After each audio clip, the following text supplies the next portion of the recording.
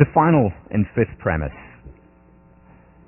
is an important one. It's a philosophical one, but one that I wanted to introduce at the beginning of the course so that you understand where I'm coming from, where this course is coming from. Because many people say, okay, so happiness is important, we seek it, we have,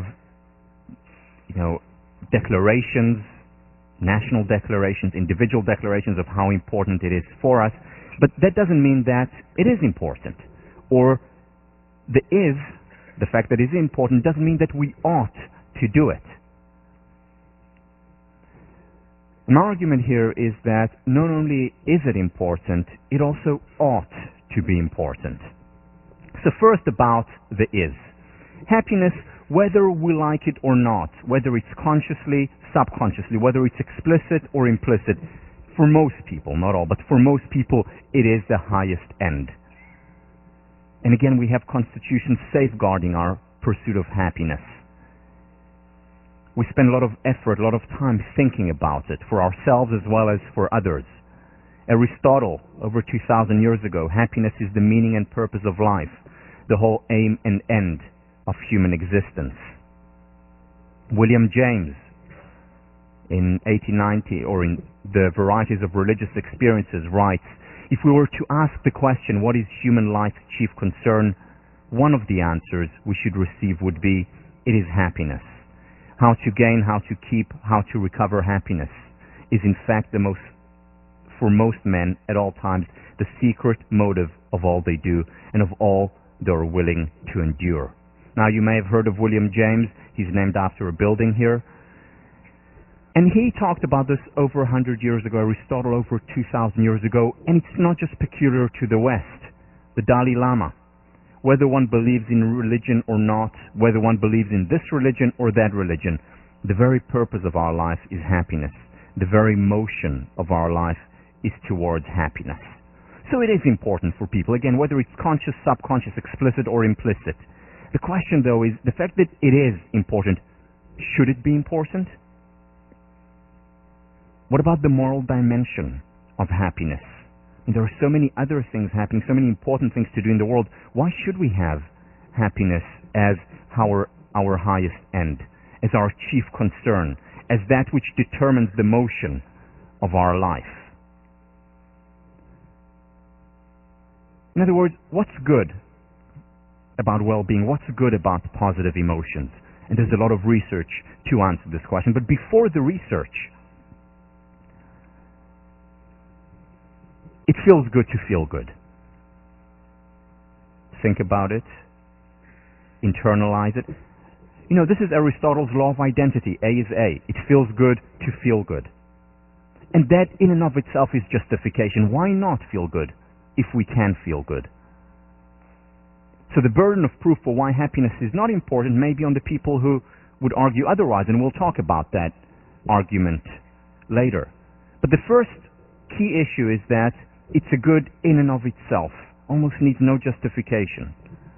However, beyond just feeling good, happiness also contributes to our life, to our relationships.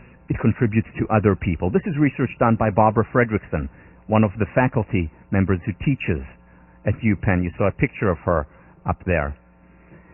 What Barbara Fredrickson says is that positive emotions have an evolutionary reason, that they have a purpose beyond just making us feel good. For example, they help us think beyond what we're thinking right now, broaden our thinking. They help us build relationships. They help us build capacities. Remember, one of the key concepts in this course is that positive emotions, positive psychology as a field as a whole, is about building capacities. And the two analogies that we used was strengthening our immune system or a stronger, quote-unquote, psychological engine that has the capacity to endure more, not just from the negative to the zero, but also from the zero to the positive. So this is Barbara Fredrickson, and let me quote extensively from her article, which I believe you're reading for this week. We should work to cultivate positive emotions in ourselves and in those around us, not just as end states in themselves, but also as a means to achieving psychological growth and improved psychological and physical health over time. I call this the broaden and build theory of positive emotions, because positive emotions appear to broaden people's momentary thought-action repertoires and build their enduring personal resources. Through experiences of positive emotions, people transform themselves, becoming more creative, knowledgeable, resilient, socially integrated, and healthy individuals. Numerous benefits to just experiencing positive emotions. It's a win-win. It feels good, and it's good for us, and it's good for society as a whole, as I'll argue momentarily. So what she's talking about here, for example, is that positive emotions help us overcome negative emotions. What happens when we experience negative emotions is that our consciousness, our thinking, narrows and constricts.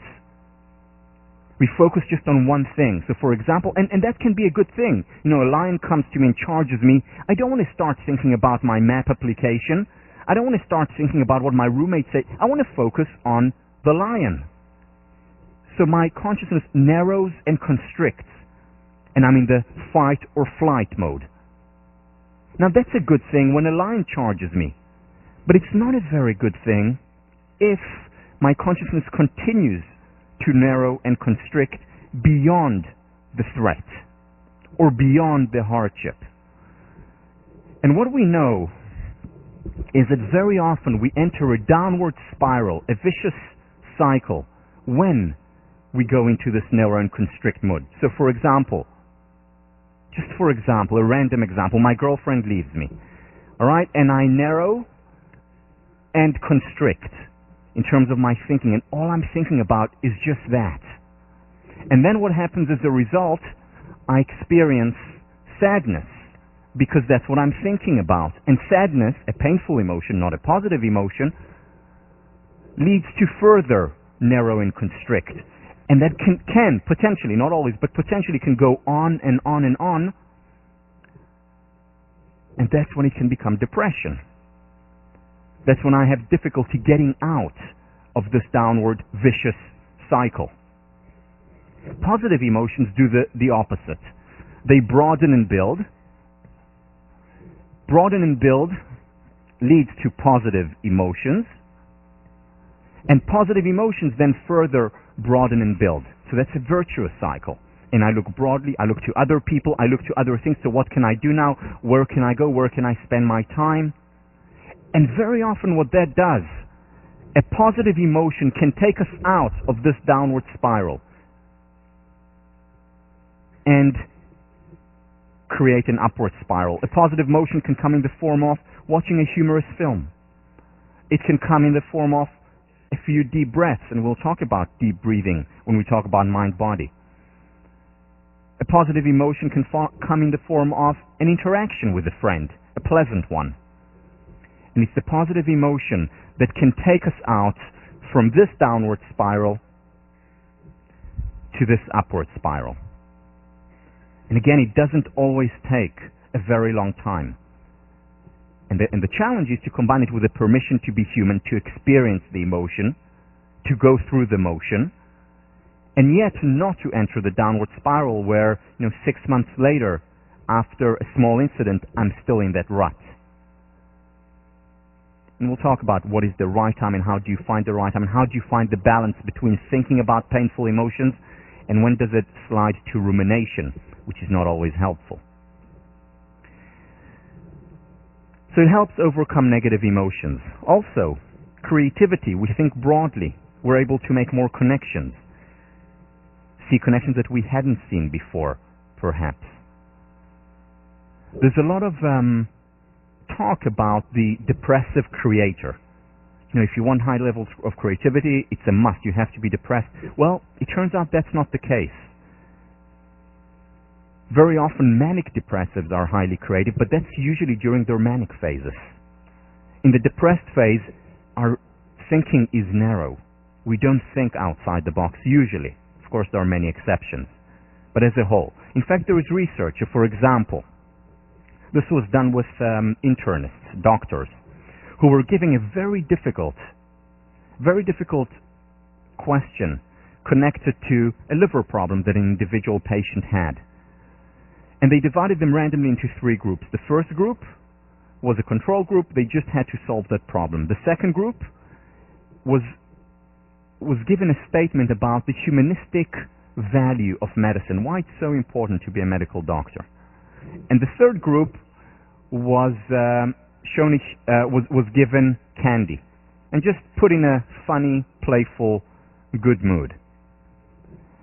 The third group that was given the candy and was put in a positive, playful mood outperformed the other two groups significantly.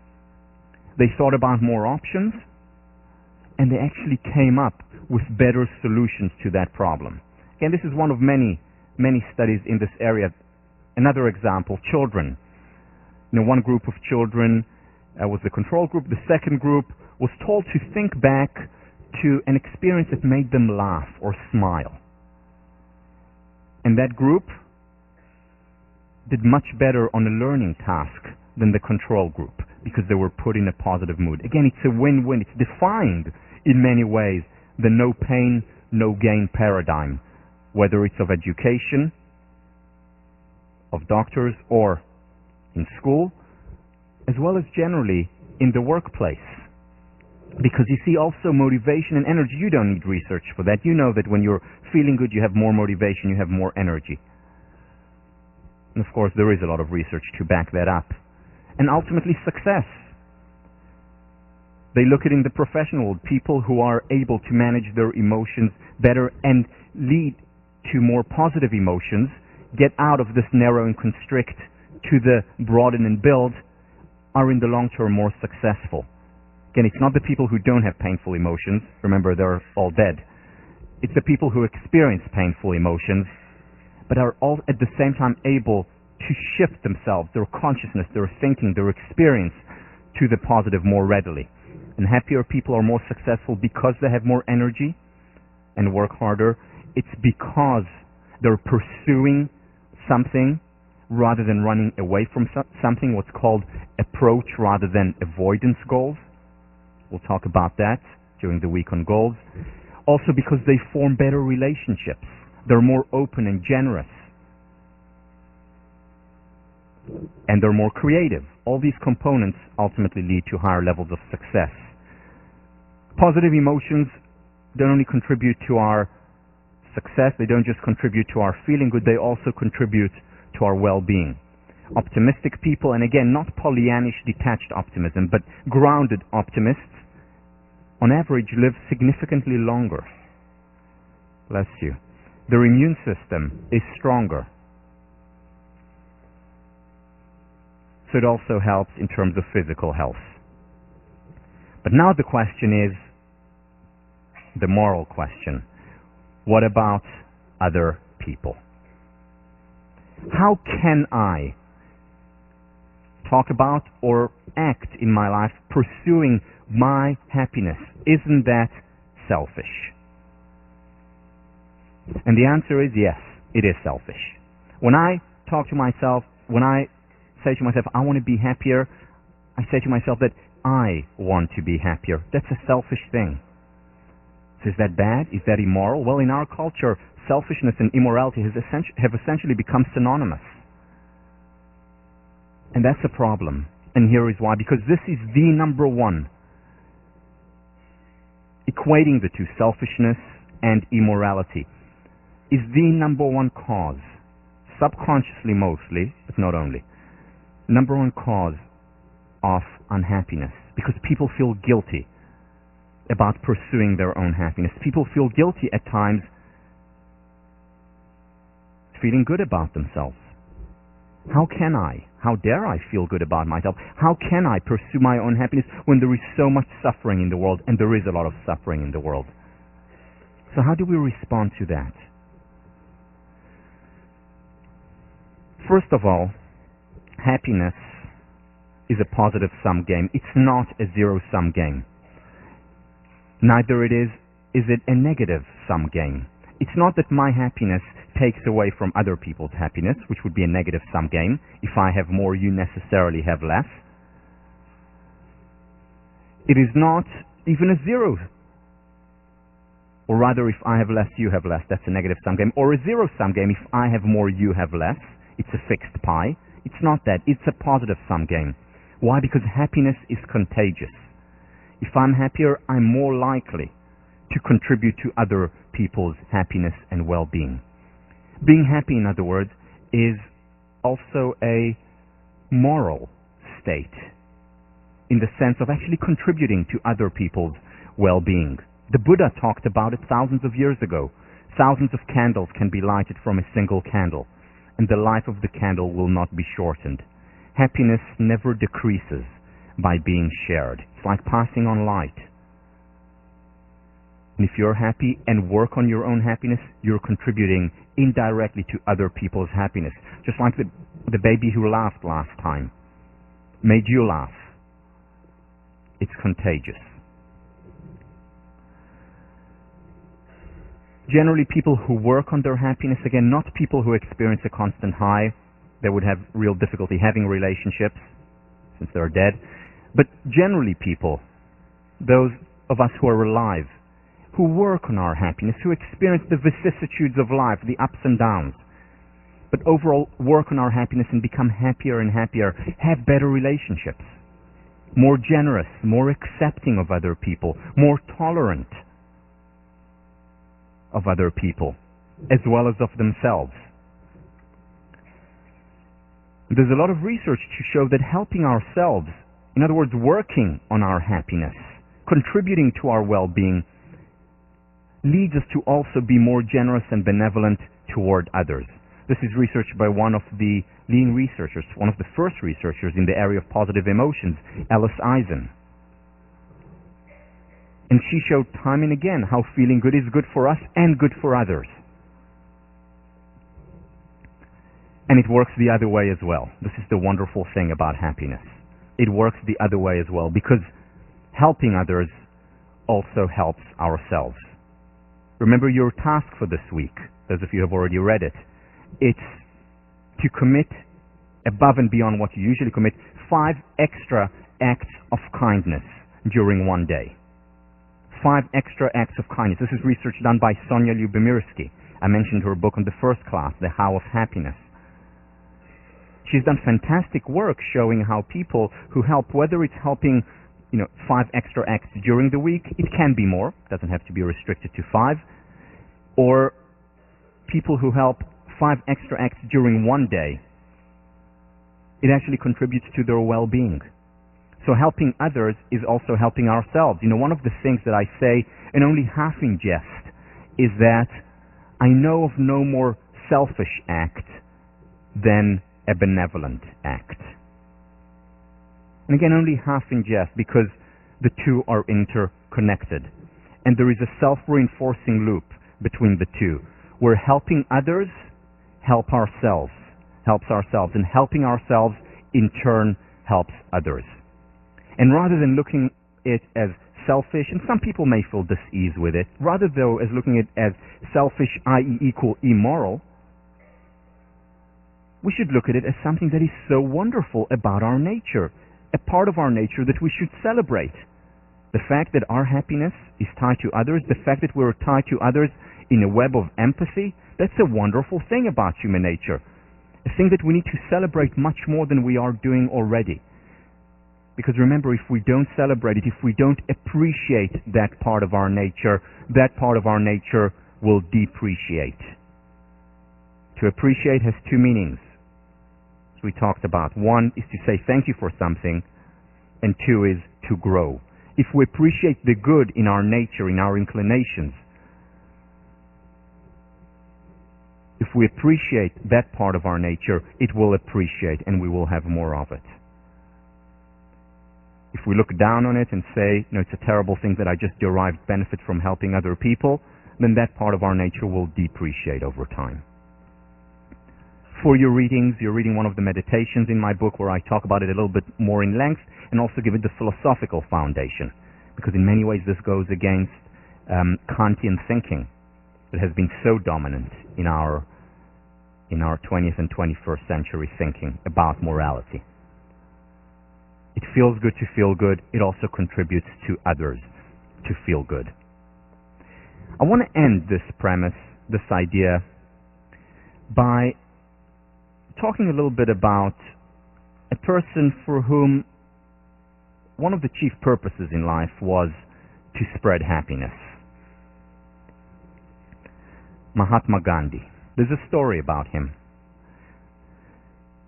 There was a woman, like many people, came to ask for advice from Gandhi, and she came from very far away, and she brought her son along. And she sat in front, she got the audience with Mahatma, and she sat in front of him, and she said to him, "I came from afar because I have a problem with my son. My son eats way too much sugar. And I'd like you to tell him to stop it, because it's hurting his health, his teeth, and he will listen to you. He admires you." Gandhi looked at her and said, "Madam, can you please come back in a month?" She didn't know why, but she listened to him. After all, he was Gandhi. She left, went far away, came all the way back a month later, and once again got an audience with Gandhi. She sat in front of him, and she said, "I was here a month ago," and she said, yes, I remember. And she said, "Could you please tell my son to stop eating so much sugar?" So Gandhi looks at the child intensely and says, "Son, stop eating too much sugar." And that's it. The woman is obviously perplexed and musters up her courage and says, "Mahatma, thank you very much. I'm sure he will stop eating too much sugar, but why couldn't you tell him this a month ago when I came all the way here?" And he said, "Well, madam, because a month ago I was eating too much sugar."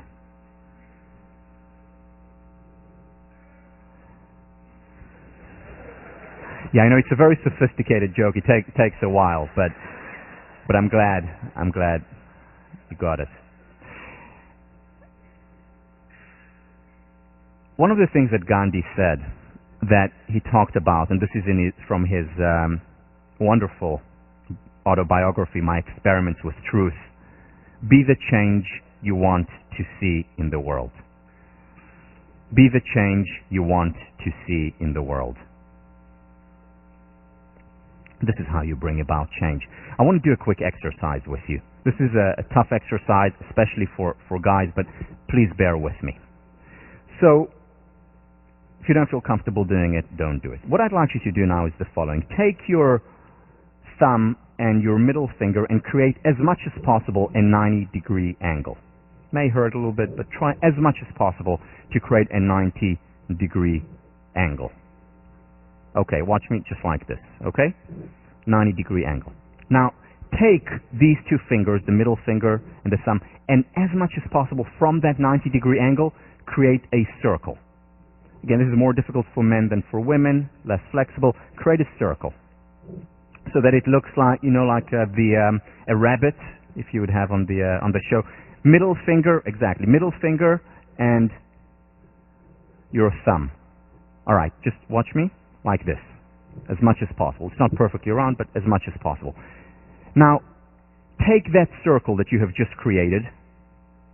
Can you see that circle? Take that circle and put it on your cheek.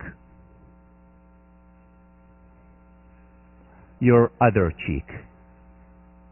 Cheek. All right, this could also take a while, but most people, from what I see, put it on their chin. Now, I said it very clearly, cheek, but you see, here is the thing. People mostly do what you do rather than what you say. Oh. So, remember that, because I don't think there is anyone in this room who would tell me now, my goal in life, my objective is to make people miserable. I really want to do that. I want everyone to be miserable in the world. there's not one person here who would actually say that, I hope. So most of us here, whatever we do in our lives now and in the future, are idealists. We want to do good in the world. We want to spread happiness. But remember, people do what you do, not what you say. So you may want to spread happiness through your words, but ultimately the best way, the optimal way of spreading happiness is to work on your own happiness, because then you're leading by example. That applies to leadership. The most important thing about leadership is not what you say, it's what you do. The most important thing about parenting is not how much you tell your child honesty is important, but rather how honest you are. If you want to spread happiness, be the change you want to see in the world, by example.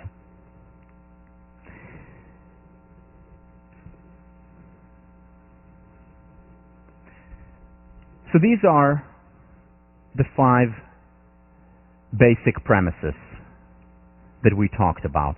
They form the foundation of the course.